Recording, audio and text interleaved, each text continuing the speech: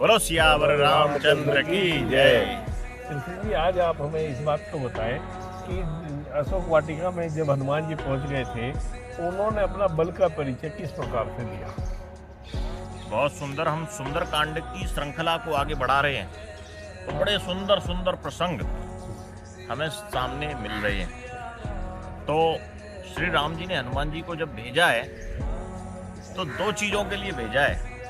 एक तो सीता माता को उनके विरह का परिचय देकर आए, राम जी के विरह का, और दूसरा रावण को राम जी के बल का परिचय देकर आए।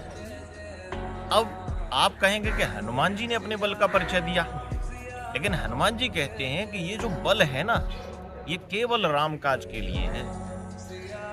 तो वो कहते हैं कि जो मेरे द्वारा जो बल का प्रदर्शन होगा राक्षसों के सामने, वह राम का ही बल बोल रहा है। तो इसलिए राम के बल का वो परिचय देते हैं। तो सबसे पहले जब माता जानकी से पूरी भेंट हो जाती है, तो माता जानकी से कहते हैं, माँ अब मुझे भूख लग रही है। यहाँ अशोक वाटिका में देखो सुंदर सुंदर और बड़े मीठे मीठे फल लगे हुए हैं, इनको देखकर मुझे बड़ा भीतर से भूख उठ रही है।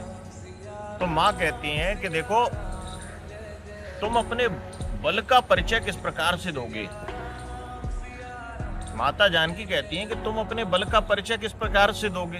तुमने मुझे तो विरह का परिचय दे दिया। तो वो कहते हैं, देखो माँ, मैं कोई छोटा सा वानर नहीं हूं जो मैं आपको दिख रहा हूं। तभी उन्होंने एक विशाल रूप लिया, कनक भूधराकार शरीरा, समर भयंकर अतिबल वीरा। सोने के पर्वत के समान और विशाल पर्वत के समान उन्होंने अपना रूप धारण किया। तो कनक भूधराकार शरीरा, समर भयंकर अतिबल वीरा, जैसे समर में यानी रण क्षेत्र में अत्यंत वीर, अत्यंत पराक्रमी कोई लड़ रहा हो, इस प्रकार से उन्होंने एक परिचय दिया है अपने स्वरूप का। तो सीता मन भरोस तब भयु, उन्हें लग रूप पवन सुत लयु। सीता माता को तब भरोसा होता है, और तब उन्होंने छोटा सा रूप लिया है। तब सीता जी कहते हैं कि जाओ रघुपति चरण हृदय धरे, तात मधुर फल खाओ। यानी भगवान श्री राम के चरणों को अपने हृदय में रखना और मधुर फल खाओ। मधुर फल का मतलब, जब हम किसी काम को करने के लिए निकलते ना, जैसे अच्छा कार्य करने के लिए, राम काज करने के लिए, अच्छे कार्य सब राम काज ही है, तो उसका एक फल मिलता है। तो हनुमान जी को भी यहाँ फल मिल रहे हैं। लेकिन जब फल मिलने की बारी आती है ना मनुष्य को, तब वो कई बार अहंकारी हो जाता है, क्योंकि उसके भीतर से वो फल ही फल दिखता है, तो राम नहीं दिखते हैं। तो राम माता जानकी हनुमान जी को संकेत कर रही हैं कि रघुपति चरण हृदय धर, भगवान श्री राम की विस्मृति मत करना। वो संकेत कर रही है, हनुमान जी तो नहीं करेंगे विस्मृति, लेकिन वो संकेत मानव जाति को संकेत कर रही है कि कभी भी ऐसा समय आए कि जब आपको अच्छे कार्य का फल मिले, तब राम की विस्मृति ना करें। तो रघुपति चरण हृदय धर, तात मधुर फल खाओ। हनुमान जी उनकी आज्ञा लेकर अशोक वाटिका में जाते हैं और वहां सुंदर सुंदर फलों को खाते हैं, वृक्षों पर लगे हुए, और एक वृक्ष के फल खत्म किए और वृक्ष को तोड़कर फेंक दिया। इसका तात्पर्य क्या है वृक्ष को तोड़कर फेंकने का? कि ये जो फल है ना, सुंदर फल, ये राक्षसों के लिए नहीं होनी चाहिए, ये एक धर्मात्मा व्यक्ति के लिए होनी चाहिए, क्योंकि राक्षस इसका फल को भोग रहे हैं। जैसे आज समाज में बहुत सारे राक्षस कौन है? जो भ्रष्टाचार कर रहे हैं, जो अनाचार कर रहे हैं, उनको अगर फल मिलते हैं, यानी कुछ अच्छे परिणाम मिल रहे हैं, तो इसका मतलब है कि वो कहीं ना कहीं वो चीज गलत हो रही है। तो हनुमान जी कहते हैं कि ये जो भ्रष्टाचारी हैं, अनाचारी लोग हैं या व्यभिचारी लोग हैं, इन सब लोगों को अच्छे फल, अच्छा परिणाम, अच्छे फल नहीं मिलने चाहिए जीवन में।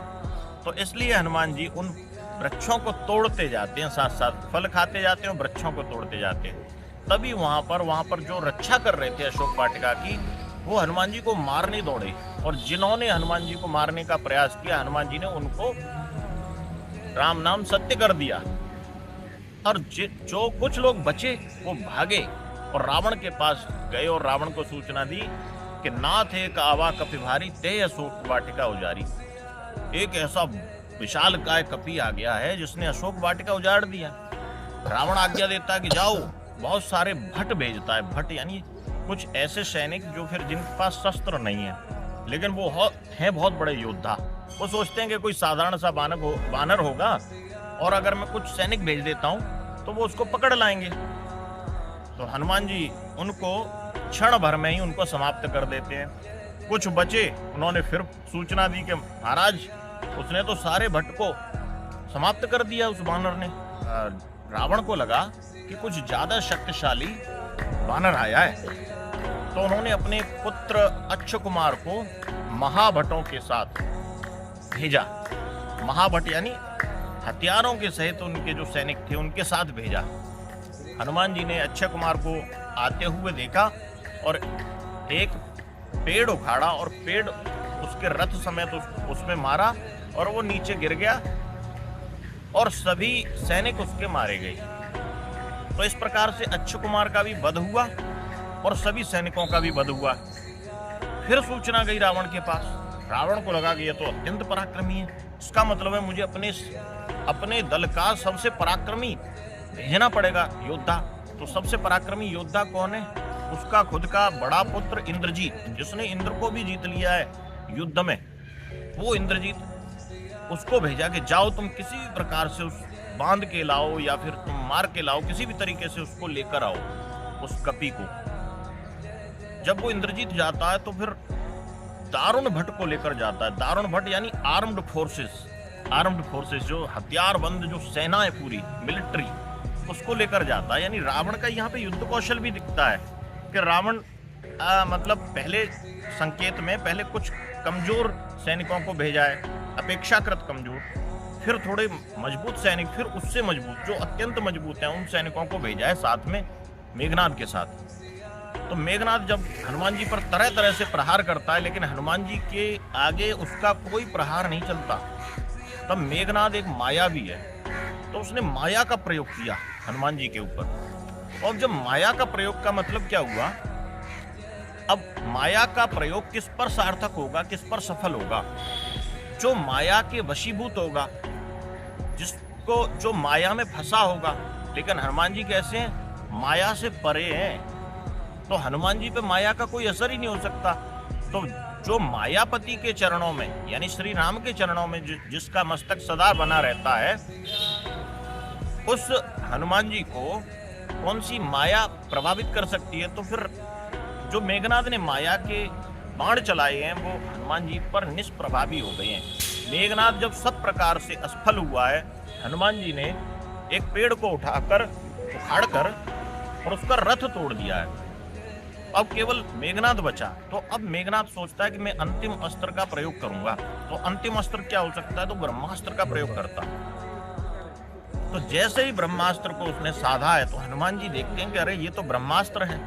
हनुमान जी में उतनी शक्ति है कि उस ब्रह्मास्त्र को भी निष्फल करने की सामर्थ्य है उनके भीतर, लेकिन हनुमान जी उसका सम्मान करते हैं। हनुमान जी सोचते हैं कि जौन ब्रह्मसर मानो महिमा मिटे अपार।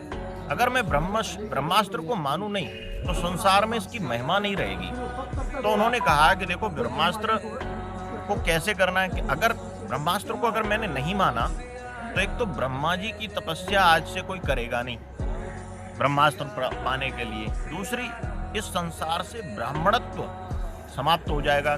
ब्राह्मणत्व पर जो लोगों का विश्वास है वो भी समाप्त हो जाएगा। और तीसरा, हनुमान जी सब सोचते हैं कि मैं जो रावण के समक्ष बल का प्रदर्शन करने आया हूं, तो रावण के समक्ष जाने का यही तरीका है। ब्रह्मास्त्र में वो स्वयं बंध जाते हैं। ब्रह्मास्त्र तो मेघनाद ने हनुमान जी को मारने के लिए चलाया, लेकिन वो बेहोश हो जाते हैं और बाद में मेघनाद उनको नागपाश में बांध लेता है। तो बेहोश होते हुए यानी उनको फिर वो बांध कर ले जा रहा है, लेकिन उनकी मूर्छा तुरंत ही समाप्त हो जाती है। और वो जब मेघनाद और उसके सैनिकों के साथ बंध कर जा रहे हैं तो उनके चेहरे पर तनिक भी निराशा का भाव नहीं है, क्योंकि वो स्वयं बंध कर जा रहे हैं। या उनको कोई अगर किसी योद्धा को कोई सैनिक जबरदस्ती बांध कर ले जाते हैं तब तो निश्चित रूप से निराशा होती है, लेकिन हनुमान जी स्वयं बंध कर जा रहे हैं, इसलिए उनके ऊपर कोई निराशा का भाव नहीं है। तो अब जो निराशा का भाव नहीं है तो हनुमान जी बड़े ही विश्वास के साथ क्योंकि अब ये जो मौका है वो राम काज या राम के बल का परिचय कराने का मौका है।